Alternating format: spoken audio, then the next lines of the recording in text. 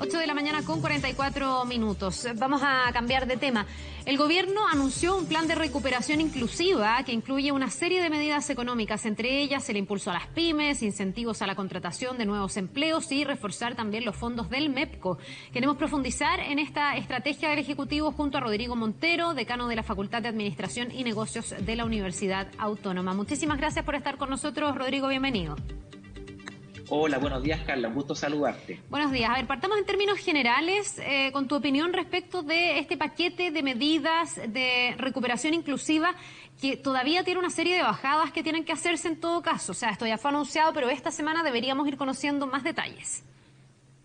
Sin duda, se han dado, diría yo, las ideas matrices de lo que estaría detrás de este plan, pero me parece que apunta en la dirección correcta, en la medida que la economía hoy día requiere de un empujoncito, por decirlo así, por el lado de la oferta sobre todo. Se necesita ir en apoyo también de los sectores que están más rezagados en el contexto de la actual recuperación y por lo tanto las ideas que ha delineado, que ha esbozado el ministro Marcel, me parece que apuntan precisamente a esos dos focos, apuntalar la oferta e ir en ayuda de los sectores rezagados. Ya, me quiero quedar con este segundo, que es ir en ayuda de los sectores rezagados, porque podría haber mucha gente que nos ve a esta hora que tiene la expectativa de poder entrar como en un paquete de ayudas nuevamente. Mucha gente que dice, pucha, se me ha encarecido el pan, la benzina, el gas, la parafina, todo en el fondo. O sea, últimamente estamos en una escalada, además con una inflación que está por ahora inestable, descontrolada, si es que tomamos el rango meta del Banco Central. Entonces mucha gente dirá, me va a tocar la ayuda, y pareciera ser aquí Rodrigo, y así lo dice el ministro Marcel,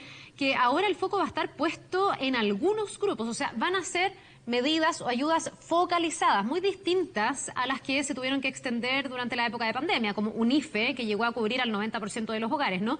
¿Eso es así? Y si es así, ¿te parece lo correcto?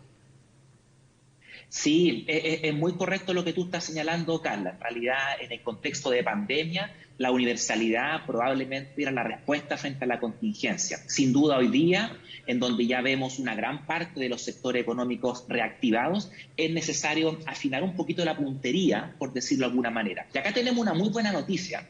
A propósito del contexto que se vivió con la pandemia, se realizó un profundo proceso de revisión y actualización de lo que son los registros sociales que tiene el gobierno para acudir en ayuda de aquellas familias que están más vulnerables. Por lo tanto, tenemos hoy día un mapa mucho más pormenorizado de dónde están las familias con más necesidades. Y en ese sentido, la focalización viene un poquito a honrar lo que ha sido la trayectoria de los últimos 30 años en cuanto a políticas públicas en nuestro país. Así que me parece que es correcto y, por supuesto, es importante y urgente ir en ayuda precisamente de esos segmentos, en donde la universalidad, ya hoy día por el contexto económico, social y sanitario, la verdad es que no se sostiene como una estrategia de política pública. Claro, pareciera ser que las ayudas más universales van a estar, por ejemplo, en la idea de contener los precios de los combustibles, en la idea de generar algún tipo de mecanismo para las parafinas, que es algo que todavía está pendiente en su detalle, pero también se ha pedido que esto ocurra con el gas. Eso podría ir en ayuda, me imagino, de la universalidad de las familias que hoy día están teniendo que enfrentar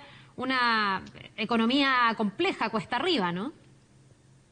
Sí, acá hay varias ideas que se han puesto sobre la mesa. Están precisamente los temas relacionados con la energía que tú muy bien señalas, Carla, y efectivamente un ítem que ha subido bastante durante los últimos meses y que en particular afecta mucho a las familias de menores recursos. De hecho, en particular está el tema del gas licuado, que ha generado harto impacto. Es por eso que el ministro Marcel se ha abierto también a mecanismos de compensación para estos bienes, tal como lo tenemos hoy día para los combustibles, como es el MEPCO. Son mecanismos que han funcionado relativamente bien, son mecanismos que están diseñados para suavizar los movimientos, para que no lleguen de un golpe, digamos, a los bolsillos de las personas, pero que acota un poco los movimientos. Ahora, hay que tener, por supuesto, cuidado en qué forma nosotros diseñamos estos mecanismos, puesto que la idea es que estos sean mecanismos transitorios, que nos permitan paliar el contexto actual, pero que en ningún caso se perpetúen en el tiempo, puesto que eso sería dañino para una economía en donde nosotros pensamos que los precios son los que de verdad fijan la asignación de los recursos.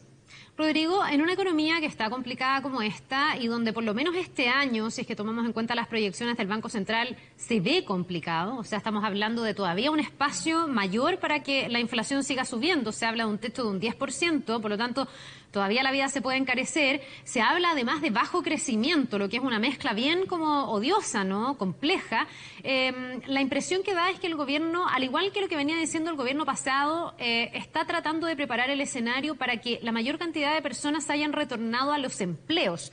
Es muy distinto un país que enfrenta una baja en el crecimiento, con mucha gente cesante, que por lo menos las familias tengan lo más fundamental, que es el trabajo. Y desde ese punto de vista, lo que dice el ministro es que se van a reincorporar al trabajo remunerado, sobre todo los grupos más rezagados, con incentivos económicos a la contratación, programas para aumentar las capacidades de obtener un trabajo formal. Me imagino que es algo bien similar al IFE, ¿o no? Al IFE laboral.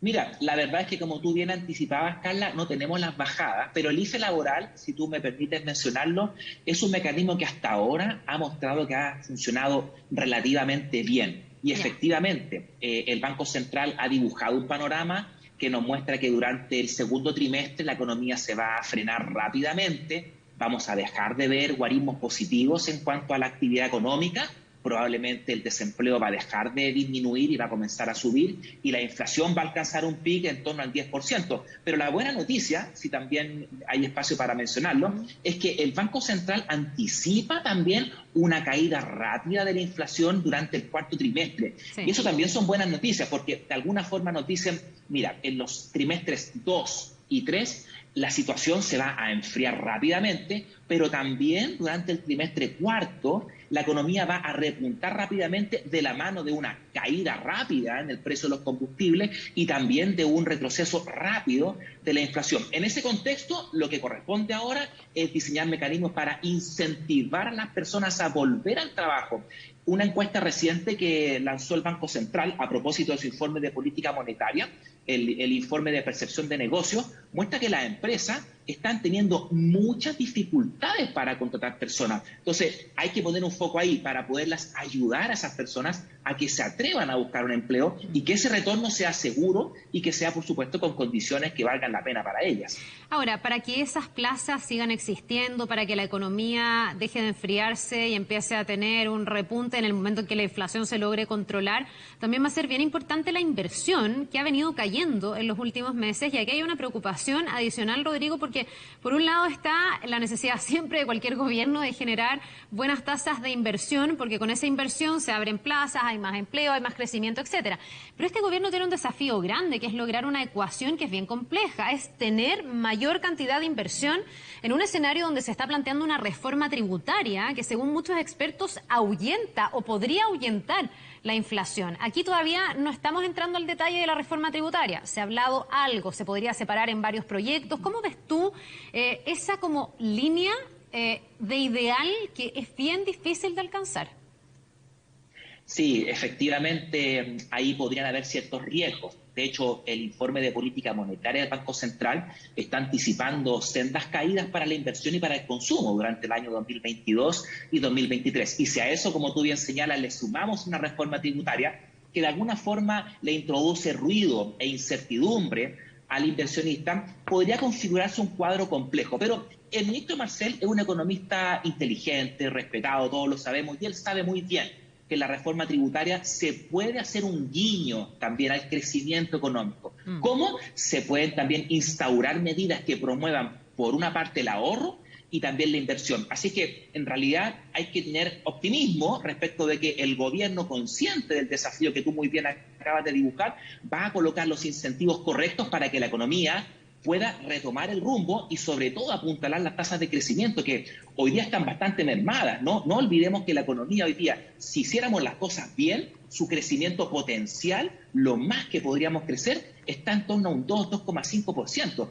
Y eso ciertamente es una cuota de preocupación y bien vale la pena volver a poner el tema del crecimiento sobre la mesa. Ya, y con el tema del crecimiento sobre la mesa y con esta ecuación tan dura que tiene el gobierno, ¿cómo miras tú el que además se quiera subir el salario mínimo a 400.000 pesos? Y aquí, bueno, mira, si quieres lo dejamos un poquitito entre paréntesis porque quiero hacer el link con las pymes, que también serían como de los grupos beneficiados por esto, pero sobre todo con la discusión de las 40 horas laborales. Aquí ha habido como harto debate entre los expertos de si corresponde introducir esto ahora, si aumenta o no la productividad. ¿Cómo lo ves tú en el contexto económico actual que es difícil?